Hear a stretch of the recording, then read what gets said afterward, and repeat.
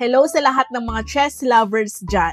Big news kasi Coinex is proud to sponsor the upcoming National Chess Federation of the Philippines or NCFP Chess Championships. So from March 13 to 16, yung pinakamagaling na chess players dito sa Philippines will battle it out at the FPJ Arena to see who's got the moves to make it to the international stage. Kapag nag-champion, it will represent the Philippines at Asian Youth Chess Championships. And gaganapin yan sa Chiang Mai, Thailand. But wait guys, there's more. Coinex will also teaming up with AniChess Game. Maganda yung larong yon, libre lang. Game siya na may mga some serious strategies with spells. Dinevelop yan ng Animoca brand in partnership with Chesscom. AniChess is bringing a fresh twist to chess, combining traditional gameplay with cool modern elements. So don't miss it. Grabe na talaga si Coinex kasi they are all about supporting Filipino talent and also yung innovation. So i-cheer natin yung mga players and see who takes the crown. Stay tuned guys and make sure to check out the event and AniChess. Check nyo to.